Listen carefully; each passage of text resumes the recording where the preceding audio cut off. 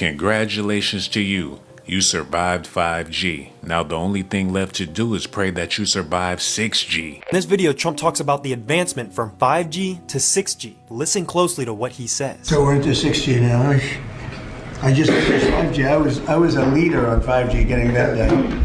And now they're up to 6. Let's do it again. What does that do? Give you a little bit deeper view into somebody's skin? To see deeply into somebody's skin. Trump is not lying. But let's break this down because here's where it gets interesting. Now, all these chemtrails that we see in the skies, you know, the chemtrails that they outright just show us, that they make, these chemtrails are filled with conductive metals like barium, aluminum, strontium, and graphene. When you breathe these into your body, these metals are now in your bloodstream. They are in you. Because this air is conductive, they have the ability to heat up the atmosphere. They have the ability to create extreme weather because it's all directed energy. And because this air is conductive and it is tuned to your DNA, they can manipulate you. I don't think that's what people understand. This is a spiritual warfare. They're attacking your soul. Now I need you to realize that you are in their energy grid system. The chemtrails are a part of their energy grid system. Their conductive metals that are in the air responds to the towers. And that same ionized air is in you, which means they now have power to your nervous system. They have the power to alter with your genetic life code, your DNA. These AI towers will literally be able to see you as a bioelectric silhouette because you are in their energy grid system. Does that make sense? These AI towers will have the ability to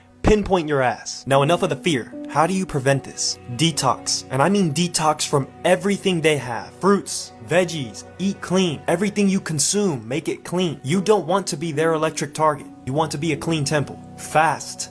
Exercise, sweat, get in the sun. The sun will literally heat up and kill all the parasites in your body. The sun will eat anything synthetic in your body. Ground yourself, reduce the EMF charges. But real quick, back to what Trump said. Does it give you a deeper view into somebody's skin? Yes, he's not lying. In early 2026, MWC in Barcelona, this is an event center for like AI, satellites, and bullshit. They majorly announced the rollout of 6G. It's coming. Now you see it. 6G's on rollout. Don't stress it. Just clear the temple within. That's it. Peace and love always. It's sort of like we're living in the Matrix and a lot of us don't even know it. Reality may not be the way we think reality is. Scientists have uploaded the brain of a fruit fly into a computer and now it lives freely in its own simulation. Look at this little guy. He's just there washing his hands, living his best life. Look at this. He's about to eat digital food. Oh, look, it's so tasty, right? Bro, this is wild. The way they demoed this was using 139,000 neurons and 50 million synapses from a real fruit fly brain. Built a neural model, plugged the sensory inputs, gave it a physics simulated body and environment, and just like that, the brain performs its natural behaviors of a fruit fly. But it's in a digital world and has no idea that it's in a digital world because how would it? It's literally the Matrix. So the crazy thing to think about, if you really want to think about it, is what if that's us right now? Or what if it's something that could happen to us? Ask yourself this question. What happened last week? And if you have a difficult time thinking about exactly what happened last week, maybe all of this stuff about 6G, being able to see through your skin. I've heard some crazy things,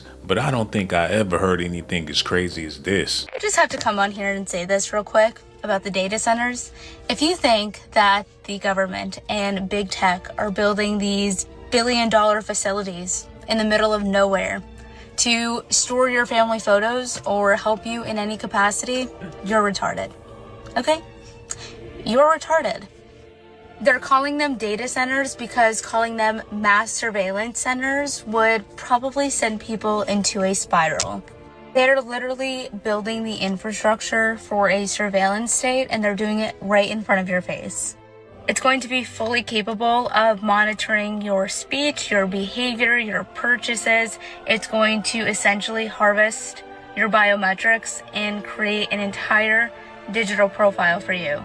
People are trying to say that something like this would never happen. There's a 92% chance on Poly Market that something like this is prohibited. Utah just got approved for a massive data center blueprint. This data center in Utah is going to be 63 square miles. Do you guys know how massive that is? I'm talking almost 3 times the size of Manhattan and 200 times the size of the NSA's data center that already exists in Utah. Why does Utah need a 63 square mile data center? And by the way, it's going to be using up double the electricity that Utah uses currently. And honestly, why does the country need anything like that for that matter? So I'm asking you to just ask yourself if this is really for the betterment of society and storing family photos and for you, or is it for mass surveillance? When the Great Salt Lake dies, it impacts everybody around the world. So first it impacts Utah, then the 50 million people around us because the Colorado system, and then it ripples outwards throughout everywhere, globally. This is going to impact every single country all the way to the other side of Africa. Singapore, everybody, China, for building these hyperscaler data centers in Utah, and for putting 13 nuclear reactors on a fault line epicenter that has never had less than a 6.75 plus earthquake, and they're only rated, these Holtec Internationals are only rated for a 6.38. And the computer systems that run them, they never had their update from Chernobyl in the first place that updates these computations. In Utah, they are installing nuclear reactors only rated for a 6.38 on top of a 6.75 plus earthquake epicenter. In addition to the nuclear reactors not meeting the minimum product requirements, the computers running the reactors are still on standards from the 1950s, meaning they do not have the speed or technology to respond to such an event, creating repeat parameters for events like Chernobyl here in Utah. The Governor Cox and Utah Department of Energy built here Operation Gigawatt is tied into the data center hyperscaler. The amount of heat produced from both of these projects will evaporate our Great Salt Lake and cause neurologically painful dust to billow out into our lungs, causing neurological pain and death. Okay, so this might be a reach, but what if everything that's going on, from the Epstein files to these cruise lines to the hantavirus to everything else, what if it's just a distraction from the data centers? Do y'all realize how many data centers are currently being built? Do you know that 3 prompts from ChatGPT is equivalent to a bottle of water? Quite literally, like if you say hey to ChatGPT and request a response, that's one of 3 prompts that is equivalent to a bottle of water. Do y'all understand the severity of what's going on? Because it's interesting that we live in a world that they say is 70+% water, yet we're consistently running out of water, right? And now the majority of the water that we have available to us is going to be used by data centers. What if everything that's happening is quite literally an evolution of the Matrix? Just like the movie, like needing data centers and needing something, some type of energy, needing water to go ahead and fuel these data centers.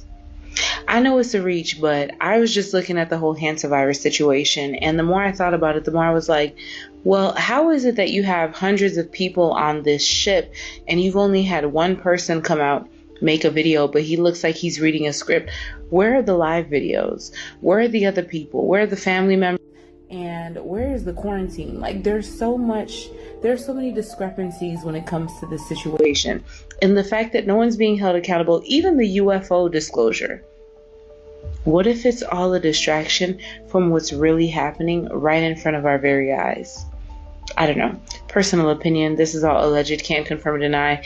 But if you like more interesting topics like this, grab your copy of 50 Further Mysteries. Link is in the bio. Feel free to join the private group chat.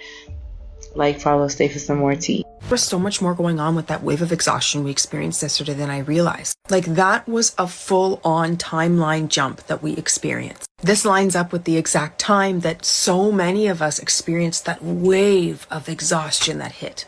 Massive collective timeline jumps like this can feel very intense on the body because every version of you, every phase of you has to shift into that new timeline and anchor there. And your physical body needs to keep up with that. And those of us holding light, holding the resonance, do act as those anchors for that timeline for the collective. And did anyone else wake up at 4 a.m. almost on the dot? That's about when this new blast of light started coming through. Extremely high energy, it would have been very hard to go back to sleep. So things you're going to notice today, things are going to feel like you're in between worlds, almost like you're floating in between dimensions. Things might feel off, you might feel ungrounded. Your nervous system may need support. You also may notice very tangible changes in your reality and in your life from this shift. Whether it's the way people are acting, things around you, the settings, or very simple things like something's in a different place or a different color. Trust yourself. You'll be feeling the Mandela effect hardcore. And remember that we are the anchors for that resonance of love, of compassion, of truth, illumination. You only need to hold that energy. You only need to be the lighthouse. If you can find some time today, get outside in the sun, get your bare feet on the ground. Better yet, get your hands in the earth. Connect with nature, ground, be in the moment. This will help when it feels like you're flying all over the place. We are living through an incredible time and we are going to witness the most incredible shifts in consciousness. We have so much to look forward to, guys. Honestly, I don't think any of this really make a difference. People love their technology more than they love their families. People trust the technology more than they do their best friends. So we'll just have to wait and see. Maybe this is going to be a game changer with 6G. It might do something to save humanity. It might help us in the long run. We just got to wait and see. But all I know is when the new smartphone come out, everybody is going to run out and get it. So I just don't see how it's going to be possible to boycott technology. Let me know what you guys think about this in the comment section below.